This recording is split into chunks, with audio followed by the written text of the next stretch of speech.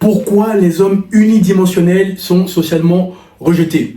Tu as un problème majeur qui te consume lentement mais sûrement. C'est-à-dire que tu te reposes un peu trop dans ta zone de génie sur ta matière grise. Autrement dit, peu importe le fonds d'investissement dans lequel tu excelles, peu importe le cabinet ministériel, le cabinet présidentiel dans lequel tu déploies tes talents, ou encore peu importe le cercle d'investisseurs dans lequel tu démontres ta valeur, eh bien, tu es un homme fragile du point de vue des fondations. C'est-à-dire que tu as une fondation qui fait ton identité. Or, si on t'enlève ce pilier, si on t'enlève cette fondation, eh bien, il ne reste plus rien de ta personne. Et c'est un problème majeur car tu plafonnes. Tu as l'impression que tu ne veux pas évoluer davantage.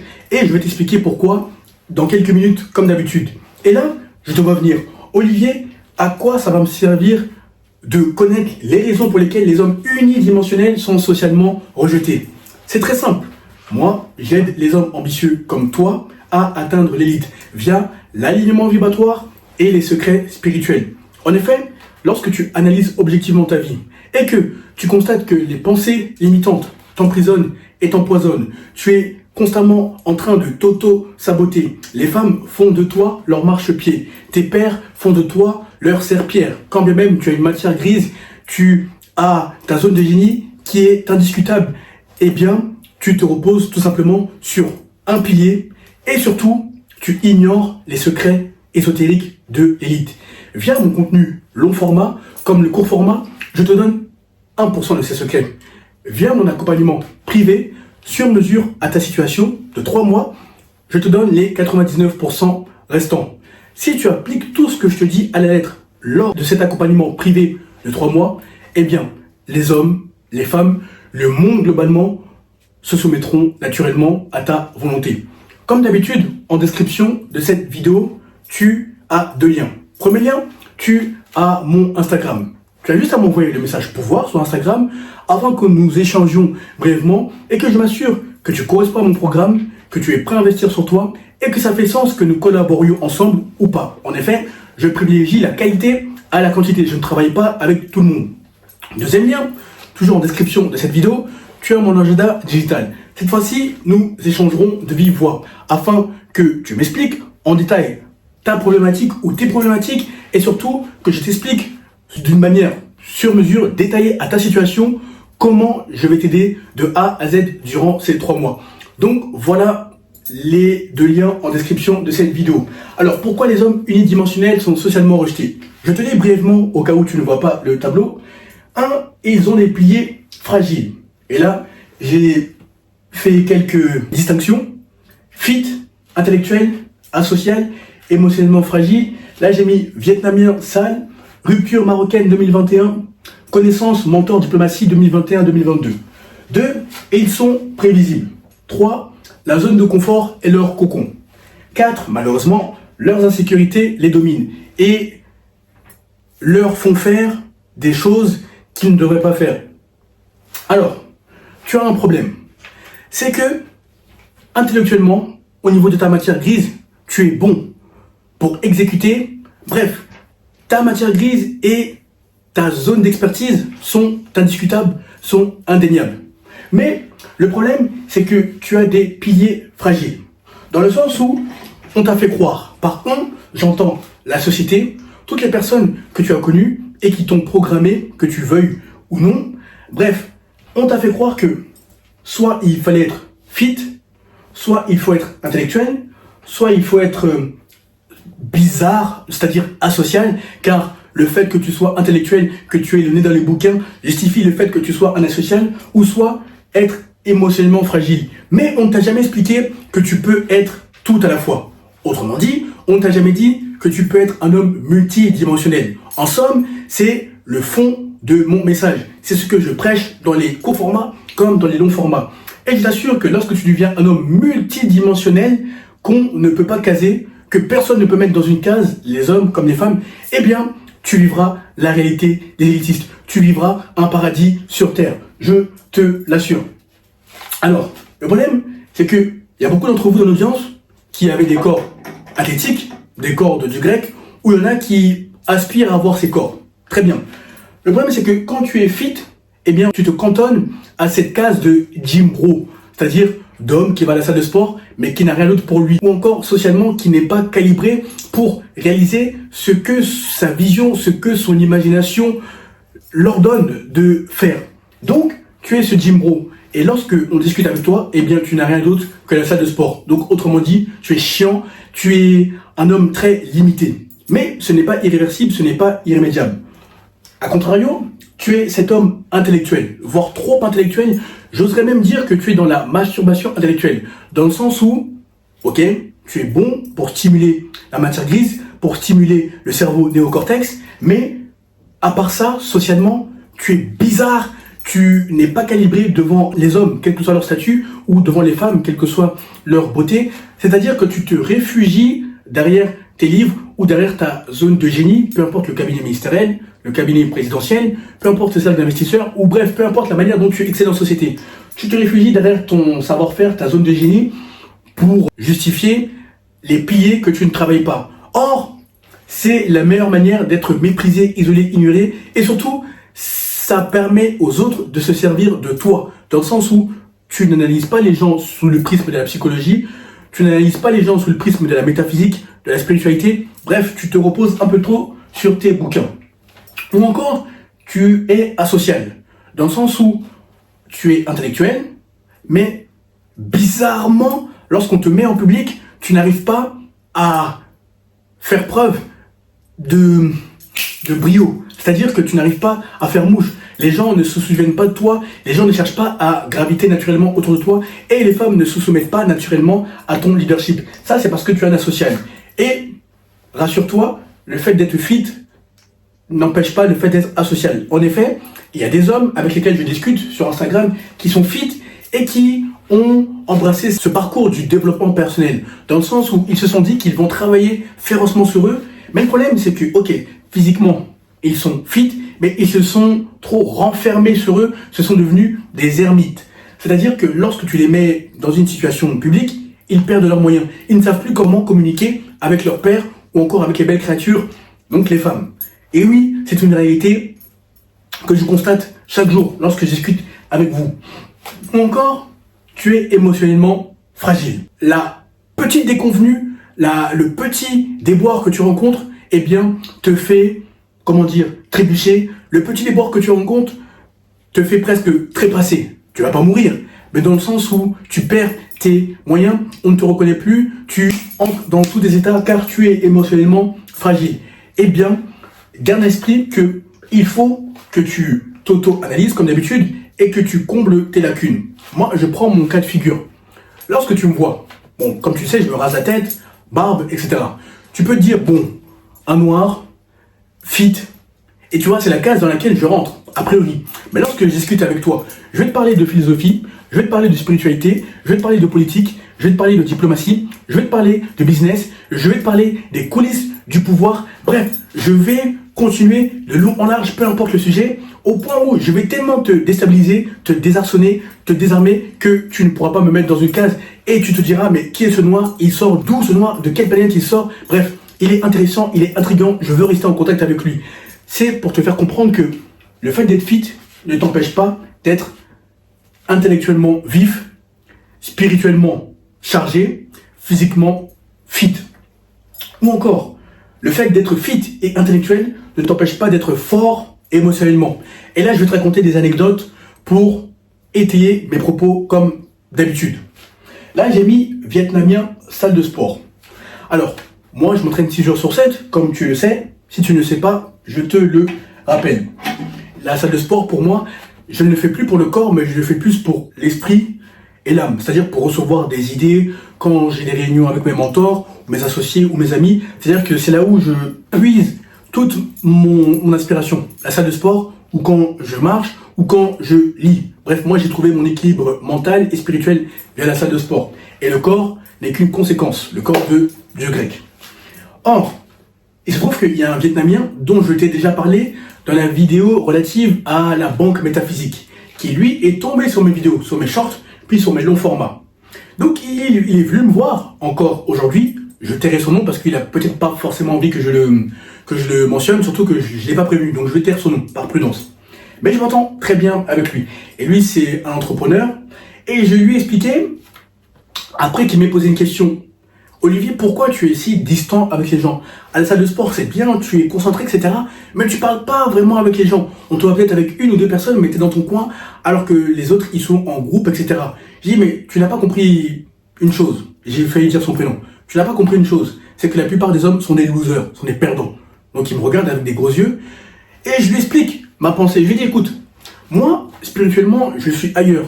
Dans mes projets, je suis dans des sphères pharaoniques. Et métaphysiquement, j'analyse les gens. Qu'est-ce que tu veux que j'ai à foutre avec un homme qui commère, qui parle des femmes, ou encore avec un homme qui est focalisé sur les femmes, avec un homme qui a le même corps de merde pendant 1 an et demi, 2 ans. Qu'est-ce que je vais apprendre de lui? Qu'est-ce qui, à la limite, moi je pourrais lui apprendre beaucoup de choses, mais ils sont bien trop arrogants pour vouloir se remettre en cause. Et il me dit, ah oui, t'as raison.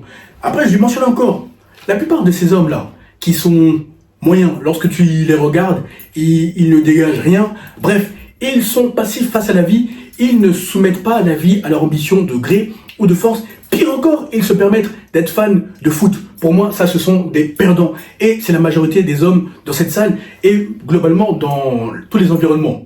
Je ne dis pas que tous sont comme ça, mais la majorité. Il me dit, ah oui, t'as raison, j'avais pas vu ça comme ça, etc. Après, on commence à parler de business. Parce que lui, comme je t'avais expliqué, dans la vidéo relative à la métaphysique, lui, il est dans les startups. C'est-à-dire qu'il monte des projets relatifs à cet univers et il les vend. Donc, financièrement, il est très bien. Et je lui ai expliqué que, écoute, moi, je t'encourage, voilà comment tu dois faire, parce que moi, je suis pas dans l'univers des startups, mais les humains restent les humains et les relations humaines sont universelles. Donc, je lui donne 2-3 conseils, fais ça, fais ça, fais ça, fais ça, fais ça. Il me dit, putain, Olivier, t'as trop raison. La majorité des hommes, ils préfèrent m'encourager pour avoir un 9 to 5, mais ils ne m'encouragent pas à avoir les projets pharaoniques que j'ai actuellement et que j'exécute et dont les résultats sont palpables. Je dis, mais ça a été ce que je te dis depuis quelques minutes. La plupart des hommes sont des perdants. Donc, qu'est-ce que tu veux que je foute avec de tels perdants, en sachant que l'énergie, la vibration, la fréquence sont extrêmement contagieuses? Il me dit, oui, j'avoue, tu as raison. Toi et moi, on est pareil, psychologiquement, on a le même profil, c'est-à-dire qu'on est des ambitieux, on réalise des choses et on est peut-être intolérant vis-à-vis des autres. J'ai dit oui, mais c'est le prix à payer. Moi, je me mélange pas avec tout le monde et c'est le fait d'avoir une personnalité, d'avoir du caractère, de savoir qui tu es. Bref, d'être un homme qui a des fondations solides, d'être un homme solide. C'est ce que je lui explique. Et toi, qu'est-ce que ça a à voir avec toi? C'est très simple. Ça a été ce que je t'ai dit il y a quelques minutes. Tu peux être fit, tu peux être très intellectuel, tu peux être socialement calibré devant ces belles créatures ou devant ces hommes, quel que soit leur statut. Tu peux être émotionnellement fort. Ainsi, personne ne parviendra à te mettre dans une case. Et c'est là où tu seras un homme fort, au sens figuré comme au sens propre. C'est-à-dire que les gens voudront naturellement graviter autour de toi car ils n'auront jamais rien vu de tel. Voilà pourquoi je te dis que tu dois avoir des piliers en béton. Donc, ne te repose pas sur ton pilier qui fait ta force actuelle, que ce soit les finances, que ce soit le corps, que ce soit l'intellect, que ce soit le fait d'être fort émotionnellement. Toi, il faut que tu sois multidimensionnel. Et là, j'ai mis émotionnellement fragile et je vais t'expliquer que tu dois être émotionnellement fort. Là, j'ai mis rupture marocaine 2021. Oui, je sais, je ne t'ai jamais parlé de cet aspect, mais quel homme n'a jamais connu de rupture? Si je te dis le contraire, c'est que je mens. Et que celui qui te dit qu'il n'a jamais été largué, il ment. Bref, en 2021-2022, lorsque j'étais en deuxième année, entre la deuxième et la troisième année de droit, donc L2, L3, j'avais connu une Marocaine. On est resté ensemble quelques mois, ça n'a pas duré. Et elle a décidé que elle et moi c'était fini, du jour au lendemain. Elle est venue me voir, donc on s'est vu. Physiquement, elle me dit, écoute, elle m'a remis mes affaires. Donc il y avait des livres de droit, il y avait des gants, il y avait des écharpes, bref, des petits trucs. Et elle me dit, écoute, toi et moi c'est fini, j'ai réfléchi, etc. Je dis, bah, ok, bonne continuation. Elle me regarde avec des gros yeux comme ça, c'est-à-dire qu'elle pensait que j'allais la supplier, etc. D'ailleurs, je me souviendrai toujours, c'était au pont de Neuilly. Si tu es en Ile-de-France, tu vois où c'est. C'était au pont de Neuilly, donc elle me remet mes affaires. Donc moi, je suis resté très ferme, stoïque, je n'allais pas la supplier. S'il y a une chose qui m'a caractérisé, c'est toujours la force de caractère. Et quand même tu as un événement qui n'est pas plaisant émotionnellement, il faut savoir être stoïque, ferme, rester digne, fier, quoi. Être un homme. Et Elle me regarde avec des gros yeux comme ça, c'est-à-dire qu'elle pensait que j'allais la supplier, etc. Donc, elle se lève, elle part. Moi, je suis resté quelques minutes sur le banc, je regardais mes affaires. Donc elle a été sur le quai du métro, Pont de Neuilly. Donc, je la croise parce qu'elle n'avait pas encore pris son métro. Elle pensait que j'allais peut-être venir la suppléer, etc. Je passe comme si il y a personne, comme si on ne s'est jamais connu. Elle me regarde avec des gros yeux comme ça. Mais là, n'est pas la situation intéressante. Ça va venir quelques minutes plus tard. Donc, après, on reprend la fac de droit. Donc, une semaine après, parce qu'on était en vacances. Et là, j'entends des gens qui viennent me dire, écoute, je sais pas ce qui s'est passé avec ton ex là, mais elle est en train de te casser publiquement. Donc, elle a raconté n'importe quoi à qui voulait l'entendre. Donc, imagine, toi, tu arrives dans un amphithéâtre, ou tu arrives à la BU, donc la bibliothèque universitaire, et tu entends les gens, regarde, c'est lui. Ou tu vois tous les regards qui se braquent sur toi, parce que tu sais qu'elle est venue raconter de la merde et des choses qui sont fausses par rapport à ta personne. Dans le sens où, le fait que tu ne cours pas derrière les femmes, le fait que tu restes ferme, fort, stoïque, eh bien, certaines, même beaucoup, ça les rend folles. Elles se disent, mais attends, quand la plupart des hommes ils sont en train de me courir derrière, lui il le fait pas, il se prend pour qui en fait? Je vais lui montrer. Donc elle a commencé à me salir, etc. Et je le sentais parce que déjà on est venu me le dire. Et surtout, bref, des gens qui me connaissaient pas, maintenant ils me connaissaient. Parce qu'elle s'y est donnée à corps joie. Mais là, on s'en fout d'elle. C'est la disposition d'esprit, la disposition mentale que tu dois adopter lorsque ça t'arrive.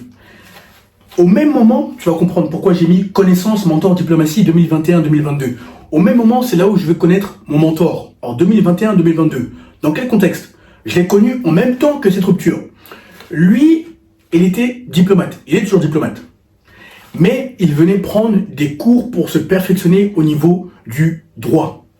Donc, on faisait connaissance, etc. Et je lui donnais les cours, parce qu'il en avait besoin. Il me les demandait, donc pour moi, j'aime rendre des services. Je le fais naturellement.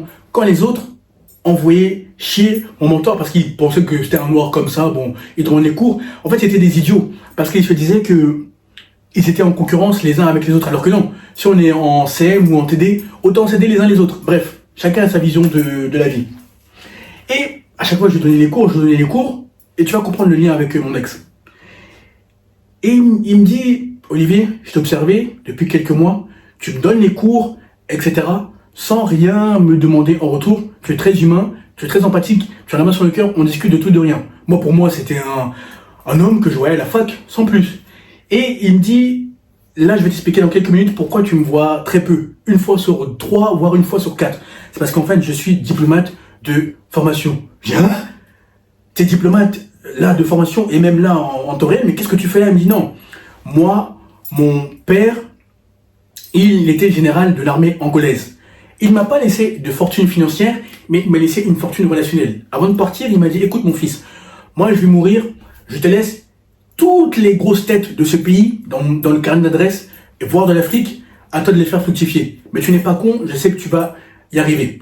Donc après, il y est parvenu, ce qui fait que il est arrivé à l'ambassade d'Angola à Paris, donc de 2003, de 2003 jusqu'à 2025. Donc imagine, un diplomate chevronné, expérimenté, qui en a vu des vertes et des pas mûres au niveau des personnes. Donc c'est à cette période-là que je vais le connaître. Et je lui explique, voilà ce qui est en train de se passer en ce moment, etc. Et il me dit, et donc il venait me voir de temps en temps à la bibliothèque, parce que lui il n'avait pas le temps, il était entre ses voyages, il venait de temps à autre aux travaux dirigés. Et il m'explique que, écoute Olivier, j'ai vraiment pas le temps, etc. Là, je suis en train de me perfectionner intellectuellement, mais de toute façon, je vais partir. C'est juste le temps d'obtenir la licence, mais j'ai déjà les réseaux, etc.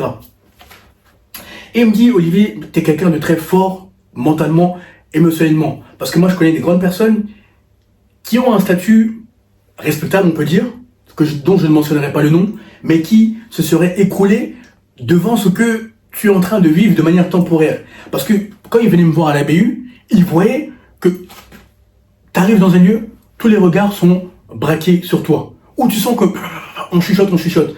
Et il me dit, ce que j'apprécie, c'est que tu restes toujours à la même place, tu vas toujours bosser à la même place, tu es toujours propre, apprêté, parfumé, crémé, tu as la crème quoi sur toi. C'est-à-dire que tu ne te laisses pas décontenancer outre mesure par un petit événement comme ça.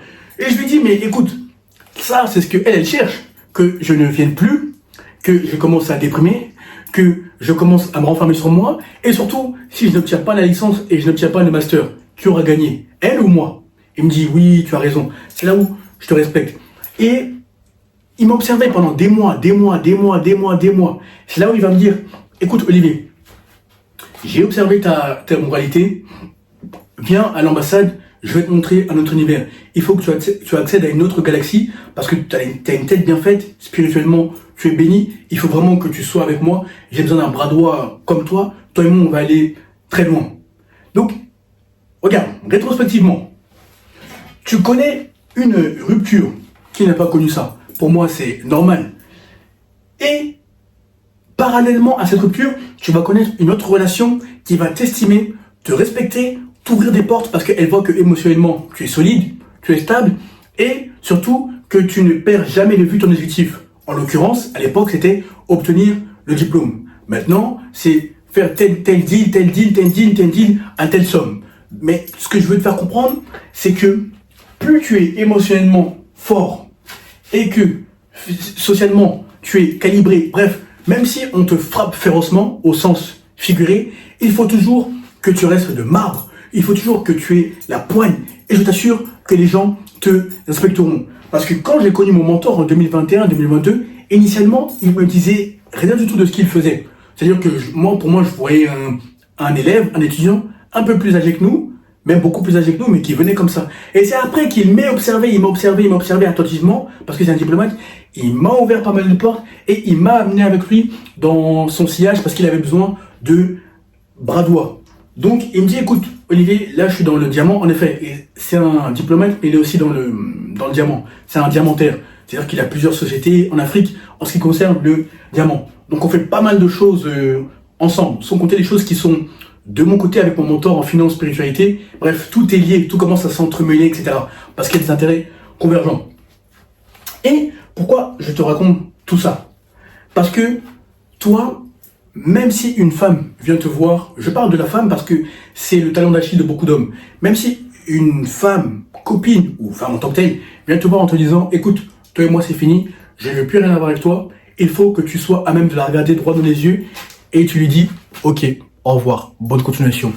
Pas de scène de ménage, ça c'est pour les hommes faibles. Quand tu sais qu'il y a énormément de femmes sur Terre, il ne sert à rien de se casser la tête avec des femmes qui ne voient pas la bénédiction que tu es. En effet, tu deviens une bénédiction pour beaucoup de monde lorsque tu travailles sur toi férocement et lorsque tu obtiens des résultats phénoménaux.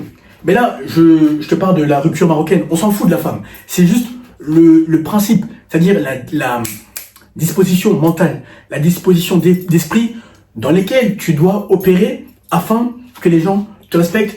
Et je t'assure que si devant une femme, tu ne trembles pas, tu restes stoïque, ferme, fort, quelle que soit sa beauté, quand ça se passe bien, ou quelle que soit la manière dont elle t'annonce la rupture, eh bien, rien ne te fera trembler. Parce que la manière dont tu fais une chose avec les femmes est la manière dont tu feras les choses en business ou avec des hommes, quel que soit leur statut. Autrement dit, le monde est holographique.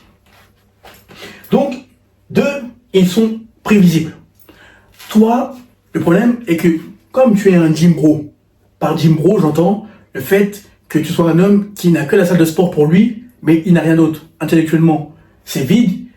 Socialement, il est un peu bizarre parce qu'il s'est enfermé dans sa parenthèse de développement personnel qui dure un peu trop longtemps. Du coup, lorsque tu te remets dans la vie sociale, eh bien, tu n'es plus calibré. Avec les femmes, tu es maladroit. Ou avec les hommes, tu n'arrives pas à jauger ceux qui sont bons, ceux qui auront potentiellement des intérêts convergents ou divergents avec toi. Bref, tu es trop prévisible. On sait que tu vas parler uniquement de fitness et tu deviens chiant.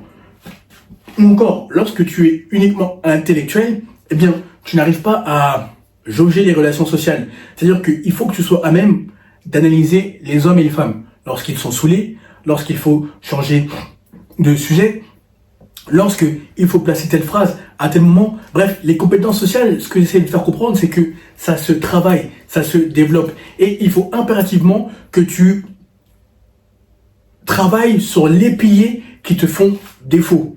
Tu es fit, c'est bien. Tu es intellectuel, c'est bien. Tu es asocial, bon, c'est pas grave, tu peux travailler ça. Tu es émotionnellement fragile, il faut que tu sois multidimensionnel afin que tu sois imprévisible.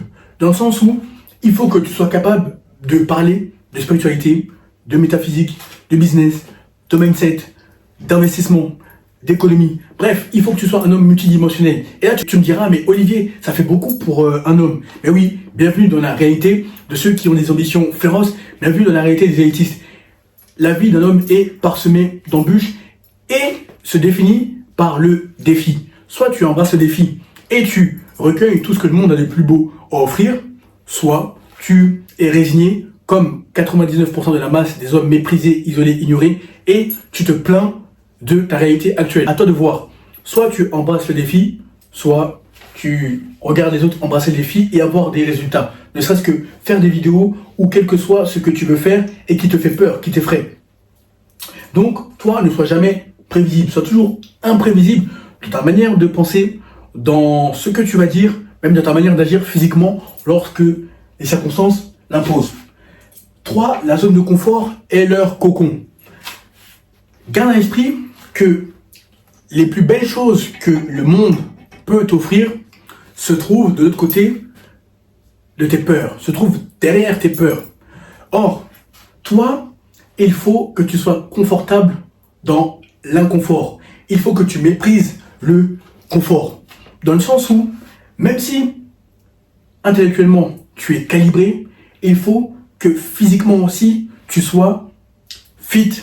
Il faut que émotionnellement tu sois solide, que tu aies des fondations solides. Pourquoi je te dis que la zone de confort ne doit pas être ton cocon? Car au moindre défi, à la moindre turbulence, et Dieu sait qu'il y en a dans la vie, eh bien, tu seras désarçonné, désarmé, décontenancé, tu perdras tes moyens au point où les gens te ramasseront à la petite cuillère si tu as des proches, ou ils se foutront ta gueule si tu n'as pas de proches. En effet, on est dans une réalité en 2025 telle que beaucoup d'hommes sont isolés, ils n'ont presque pas de proches. Pour moi, c'est alarmant, c'est grave.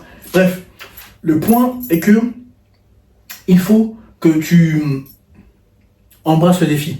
Quelle que soit cette situation qui te fait peur, ne serait-ce que parler à cette ou ces femmes qui te semblent si inaccessibles, si belles. Non, non, elles sont comme toi, elles vont aux toilettes, elles ont des insécurités qu'elles t'avoueront dans ce fameux lit ou dans ce fameux bar. Mais plus tu deviens multidimensionnel et plus tu remarqueras que la vie sera facile. Là où les autres, donc les autres hommes, semblent lutter pour réaliser tes ambitions, toi, ça sera facile. Tout te viendra comme sur un plateau parce que spirituellement, tu es aligné et tu poses des actions massives, féroces, qui sont chargées parce que tu fais dans l'invisible, à savoir le mental et le spirituel. En effet, il y a 3 prismes, mental, spirituel et physique. C'est comme ça que je dis que la zone de confort ne doit plus être ton cocon. Ça peut être avec les femmes, ça peut être ce business que tu diriges et auquel tu veux passer au niveau supérieur. Ça peut être le fait d'accéder à cet autre réseau qui va te permettre d'avoir des nouveaux résultats. Bref, quel que soit le défi qui se présente devant toi ou les défis qui se présentent devant toi, il faut impérativement que tu fonces la tête la première. Parce que personne ne viendra te sauver. Si tu ne le fais pas, personne ne le fera pour toi. 4. Leurs insécurités les dominent. Garde à l'esprit que lorsque tu es unidimensionnel, autrement dit, lorsque tu te reposes uniquement sur un pilier, eh bien, malheureusement, lorsque tu verras d'autres hommes qui, eux, sont multidimensionnels, eh bien, vu que mentalement, émotionnellement, tu es faible, eh bien, tu commenceras à nourrir de la jalousie à leur rencontre. Oui, je sais, tu ne t'attendais pas à ce que je te dise ça, mais tu es un jaloux. Oui, le fait d'être unidimensionnel favorise la jalousie. Mais ce n'est pas irrémédiable, ce n'est pas irréversible. Tu peux immédiatement briser, annihiler cette émotion. Et le problème est que, comme eux, ils te refléteront le travail que tu n'as pas voulu faire, car tu étais trop feignant ou je ne sais pas, comme ils te refléteront cela, eh bien, tu chercheras un moyen de les casser. N'as-tu pas remarqué qu'il y a certains hommes, devant les femmes, ils sont médiocres et ils n'ont pas d'autre choix que de casser les autres hommes, c'est-à-dire ceux devant lesquels les femmes se soumettent naturellement, c'est-à-dire au leadership, etc. Et malheureusement, ça induit le fait que tu casses tes pairs devant les femmes. Aussi, tu as l'opportunité de leur casser des portes, c'est-à-dire des portes auxquelles ils peuvent accéder pour passer au niveau supérieur, eh bien toi tu leur casseras ces opportunités. Ou les contrats qu'ils doivent signer, toi tu leur casseras ces opportunités. Ou même spirituellement, si tu es avancé, si tu es un sorcier, eh bien tu chercheras à les casser aussi. Ça, c'est parce que tes insécurités te dominent. Donc il faut impérativement que tu sois multidimensionnel. Et je t'assure que tout ce qui relève du paradigme du survivant, jalousie, peur, aigreur, doute, etc., ne fera plus partie de ton vocabulaire. Car là, j'ai fait référence à quelqu'un que j'ai connu mais que je ne vois plus maintenant. Un homme, début vingtaine, qui est énorme maintenant. Enfin, je pense, parce que la dernière fois que j'ai vu, c'était il y a peut-être 2 ans. Il est énorme. Et tu sais ce qu'il m'a dit? Parce que lui, il est dans la sphère politique, au niveau français. À l'époque, hein, quand je l'ai vu, c'était en 2023. Après, j'ai coupé les points avec lui parce que bon, on n'avait plus rien à faire ensemble, on n'avait plus rien à se dire. J'ai estimé que c'était comme ça. Il me dit, tu sais pourquoi, Olivier, je suis si gros et je décide de ne pas changer mon allure, mon apparence? C'est parce que quand j'arrive en politique, je ne veux pas qu'on me suspecte pour les coups que je veux faire, etc. C'est là où je me suis dit, mais attends. Donc, il y a des hommes qui se rassurent en justifiant leur médiocrité. Dans le sens où ils se disent, ok, comme je suis gros, eh bien, personne ne va soupçonner les coups que je suis en train de préparer, etc. D'autant plus qu'en politique, les hommes fit sont vus comme des bouts épaisses. C'est ce que cette personne me dit à l'époque, en 2023, la dernière fois que j'étais en contact avec lui. Et je me suis dit, mais attends, donc ça veut dire que si lui, il pense comme ça, et d'après tout ce que j'ai observé dans le monde physique, c'est que ça relève de leur insécurité. C'est pour ça que je te dis que plus tu es multidimensionnel, et plus tu seras serein, en paix avec toi-même, et surtout, tu accepteras la réussite des autres, tu te réjouiras de leur réussite. Donc, il faut que tu aies des piliers solides en béton, il faut que tu sois imprévisible, il faut que la zone d'inconfort soit ton cocon. Je répète, il faut que la zone d'inconfort soit ton cocon, et surtout, il faut que tu sois solide, il n'y ait pas de piliers qui suscite en toi des insécurités lorsque tu vois tes pairs exceller. Au contraire, lorsque tu observes la réussite de près ou de loin, il faut que tu te dises que, ok, si cette personne dans mon entourage est en train de réaliser férocement des choses, eh bien ça signifie que l'énergie, la vibration, la fréquence de la réussite se rapproche de moi. Quand tu adoptes ce mindset, je t'assure que l'univers, les dimensions spirituelles te donneront de quoi être à l'aise pour ta vie. Et je parle en connaissance de cause. D'ailleurs, au moment venu, tu verras mes vidéos avec mes mentors en finance, spiritualité et en diplomatie. C'est parce qu'on est vraiment pris les uns les autres et que faire des vidéos, ça demande beaucoup d'énergie mentale. Écoute, applique le contenu férocement, fais un audit de ta personne, vois les piliers à améliorer et deviens cet homme multidimensionnel.